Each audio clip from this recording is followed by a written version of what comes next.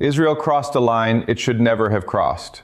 And as the old saying goes, the one who does the act may forget it, but the one who suffers it never does. Perhaps at this moment, Israel thought it was over and done with, that the moment had passed. But Russia does not forget. For the first time in this war, consequences are now moving forward. A warning has arrived from the Kremlin. If you find this analysis useful, I ask you to subscribe to this YouTube channel right now and turn on the notification bell so you never miss another conversation like this one.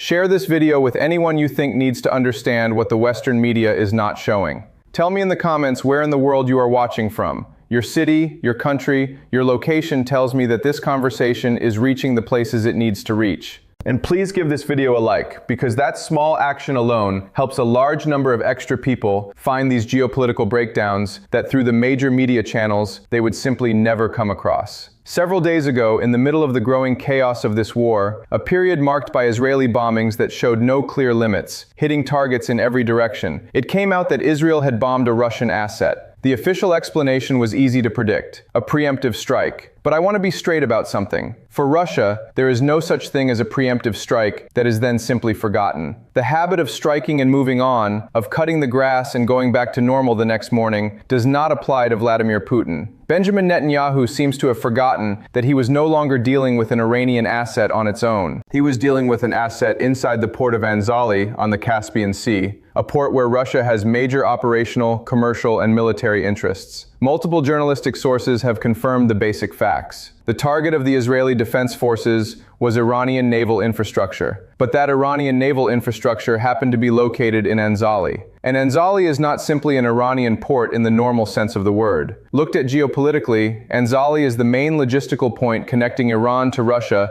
across that entire region. It is where Russian vessels stop, where cargo is moved, where the economic and strategic ties between Moscow and Tehran are most clearly seen. And in this particular attack, the United States did not take part. Washington for once kept itself at a careful distance. What Israel has just done is the geopolitical equal of Ukraine attacking Crimea. Iran is not Russian territory, of course, but that port is a bridge that directly connects Iran to Russia in that region. The Kremlin has put enormous resources into that corridor, which it sees as a critical north-south commercial route. Moscow and Tehran have built it up over many years precisely to get around Western sanctions, to avoid the very American sanctions that not even the White House itself had dared to target directly. Netanyahu decided to strike anyway. He attacked the port where Russian ships dock, where cargoes are moved. It is said that those cargoes included weapons. I do not doubt it for a single moment. Why would Russia not supply arms to Iran, its ally? It is the same logic by which the United States supplies bombs to Israel. Bombs that are used to kill civilians in Palestine, in Lebanon, in Iran. The basic logic is the same. The difference is that Anzali is not simply a weapons transfer point.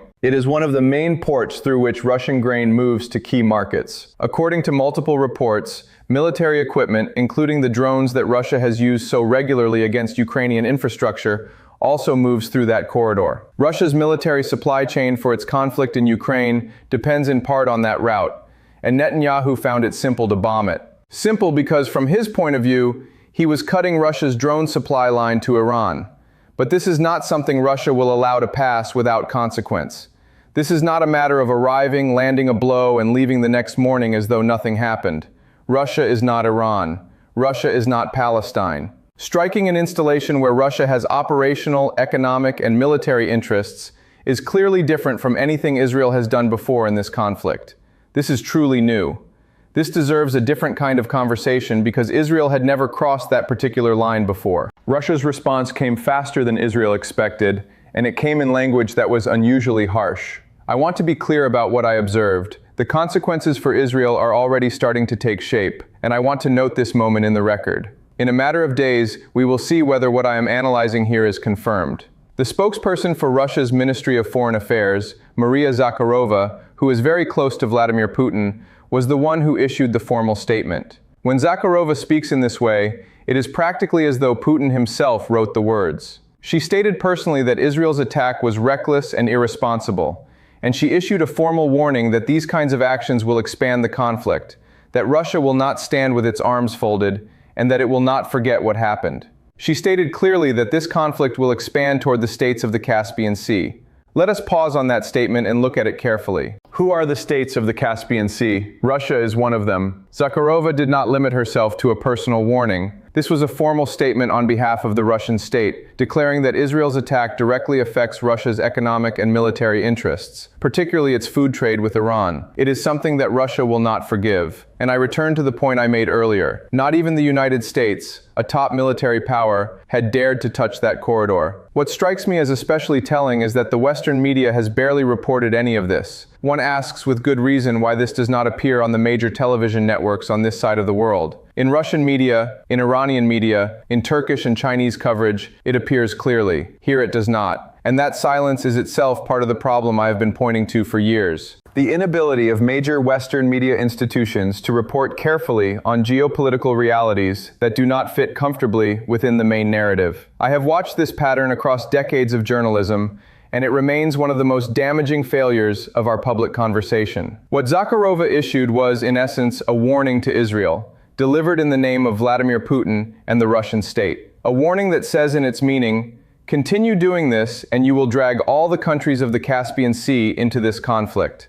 Kazakhstan, Azerbaijan, two nations that export massively to global markets and depend on that sea as their main commercial route. That is what Israel is putting at risk with these reckless actions. It is worth understanding why the Caspian Sea carries that particular strategic weight. The Caspian is not an open sea. It is technically a closed lake surrounded by Russia, Iran, Azerbaijan, Kazakhstan, and Turkmenistan. Since the end of the Soviet Union, Russia has been extremely protective of that zone. It has kept a clear policy. The Caspian was a zone of peace, of quiet cooperation among its bordering states. No one interfered there. No one disturbed that balance until Israel decided to launch a strike into that space. The Caspian had been untouched by the current wave of conflict. When one looks at the map carefully, the full scale of the provocation becomes even more clear. The Israeli attack on Anzali happened at a considerable distance from the known zone of conflict near the Strait of Hormuz and the Persian Gulf. This was not collateral damage. This was not a missile that went off course. It was a deliberate strike against a zone that is, geopolitically speaking,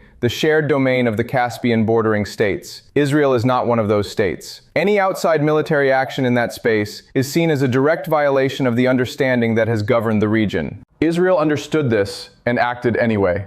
That is what is truly serious here. Netanyahu could not have been unaware of the nature of that port. He cannot claim ignorance. The decision was made with full knowledge of what Anzali represents. And that decision reveals something important about the current state of Israeli strategic thinking. There is a readiness to ignore all red lines, including those that directly border on Russian interests. Israel lacks the real ability to destroy Anzali permanently. Available satellite images show a port with many kilometers of docks, grain warehouses, container terminals, and shared military installations with Iran. An airstrike can damage buildings, can destroy some ships, including Russian ships, but it cannot make an entire port stop working. It cannot close Anzali. And even if it could do that, Iran and Russia have other ports available on the Caspian. The Caspian Sea is enormous. They have other options toward Turkmenistan, toward other specialized grain terminals. Israel cannot strike all of those points at the same time. What then is the real goal? From my point of view, based on decades of watching how great powers actually behave, the goal is not the destruction of Russian-Iranian logistics. The goal is to send a message to the Kremlin and to keep pressure on Iran. But in that thinking, Israel is not measuring the consequences correctly. Because if the attack had directly damaged a Russian vessel, if it had caused Russian casualties on the ground, we would already be speaking in completely different terms. We would be speaking of an escalation with unpredictable results. Israel knows that, and it did not care enough to stop at the line. There is an extra piece of background that is essential for understanding the full picture. Some months ago, Russia offered Iran a mutual defense agreement following the same model it had already signed with North Korea. A treaty stating that if one party is attacked, the other is required to step in militarily. A kind of NATO between them, what Washington calls the axis of evil. Under that framework, North Korea already operates under the Russian nuclear umbrella. That is why North Korean soldiers have appeared fighting alongside Russian troops. That is why Kim Jong-un celebrated the signing of that agreement, because it meant that his country's international isolation had been formally broken. That was the level of commitment Russia extended to Iran, and Tehran said no. The group within the Iranian parliament that still believed in the possibility of an agreement with the West rejected the offer. They preferred to keep some distance from Moscow, not to be completely tied to the Russian side, not to owe the Kremlin that kind of debt. And now, after everything that is unfolding, Israel is showing Iran exactly what that decision has caused. Iran today stands without formal protection, open to Israeli attacks, while Russia watches without any legal duty to respond until Israel touched the Caspian Sea. That is what changed the equation. Israel knows that Iran does not have a nuclear umbrella. It knows that Russia has no legal duty to defend Iran because no mutual defense treaty exists. It knows it can strike Iranian installations without triggering an automatic Russian military response. And that is exactly what it has been doing.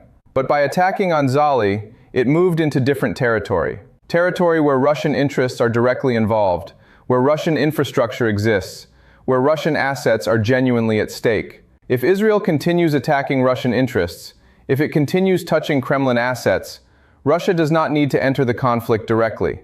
It is enough for Russia to say to Iran, "Here is the armament, do with it what you will." Supplies, technology, not necessarily the most advanced level. There are many ways Russia can respond without firing a single missile from Russian territory. Russia can close Syrian airspace to Israeli aircraft, something it has not yet done. Despite Israel's constant bombings in Syria, Russia can deliver its most advanced anti-aircraft systems to Hezbollah, which would make northern Israel practically non-functional with Russian S-300 systems. That is already a realistic possibility. And at a more extreme level, if tensions continue to grow, Russia could begin delivering missile technology to Iran through hidden channels. I admit I am somewhat surprised that has not already happened, given that Iran had rejected the Mutual Defense Pact. But after these attacks on the Caspian, I am convinced that Iran will turn back to Russia and sign that treaty.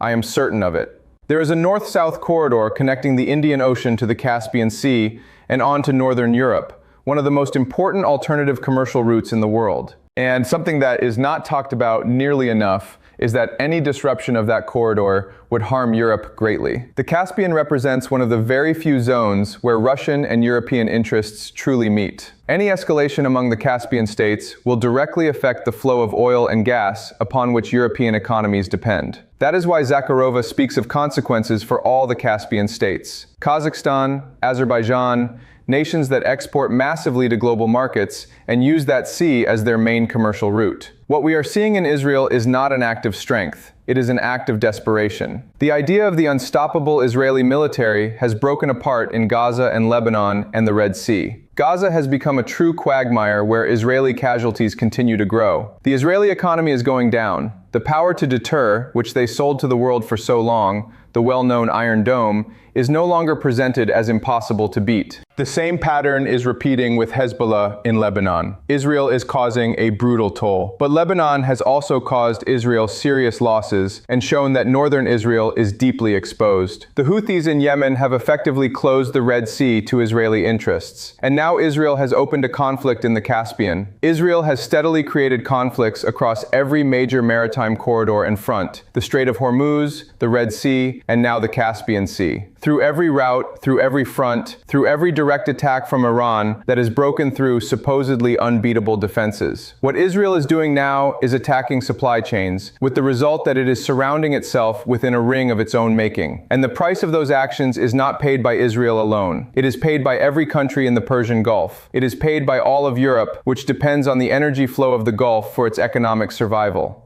When a country that has nuclear weapons begins attacking installations belonging to a country that has many more nuclear weapons, one must be very clear about who is who on that board. The country with the greatest number of nuclear warheads in the world is Russia. The second is the United States. Israel has nuclear warheads, but not a third of what Russia has. Not a third. The thinking being done in Jerusalem is deeply mistaken. I believe the assumption in Jerusalem was that they could keep a safe distance from Russia while doing in the Caspian what they routinely do in the Middle East, what they so casually call mowing the grass. No, they were wrong. That is not how Russian geopolitics works. For the Kremlin, there is no mowing the grass and starting fresh the next morning. Alliances are signed or they do not exist. And I assure you, the side effect for Israel from all of this is that Iran will seek the alliance Russia proposed 2 years ago, the very alliance Tehran rejected. That is going to happen one day. When least expected, those S-300 systems will appear in Lebanon. When that happens, we will remember this conversation, because it is precisely on account of these attacks on the Caspian Sea that Zakharova declared clearly, "Continue on this path, and you will bring all the Caspian states, including Russia, down upon you." And when those systems arrive in Lebanon, the simple rockets will be a memory of an easier time. That is the situation Israel is building with every reckless action. That is what they are pushing toward with every strike that crosses another line. Russia will not enter this war directly. Do not expect that. What Russia will do is sell or even give arms to Lebanon, if only to keep Israel busy on that front, so that it does not carry the war further toward the Caspian. The logic is consistent and makes strategic sense. The great powers remain great powers precisely because they act in the service of their interests. And the problem here is that Israel is now touching Russian interests. That is an entirely different story from anything that came before. If you do not touch Russia, Russia was not going to step in to save anyone. That is the reality of geopolitics. A reality I have observed across 4 decades of writing about power, constitutions, and the behavior of nations. The moment Israel decided to cross that line in the Caspian, it changed the basic nature of its relationship with Moscow. And those consequences are ones we are only beginning to see unfold. This is exactly the kind of analysis that the Western media does not produce. Not because I am finding something previously unknown, the facts are available to any journalist willing to look, but because the major media outlets on this side of the world simply do not discuss these realities. They do not fit the narrative. And I believe it is essential that someone does discuss them. More than essential, I believe it is our responsibility as informed citizens to demand this kind of clear thinking from those who cover these conflicts. The health of a free society depends upon citizens who insist on honest analysis rather than comfortable fictions. If you have stayed with me through this entire analysis, I ask you once more, share this video, give it a like, subscribe to this channel, and tell me in the comments where in the world you are watching from. This conversation matters. The more people who engage with it, the better prepared we will all be to understand the world in which we live. A world that deserves far more honest analysis than it usually gets.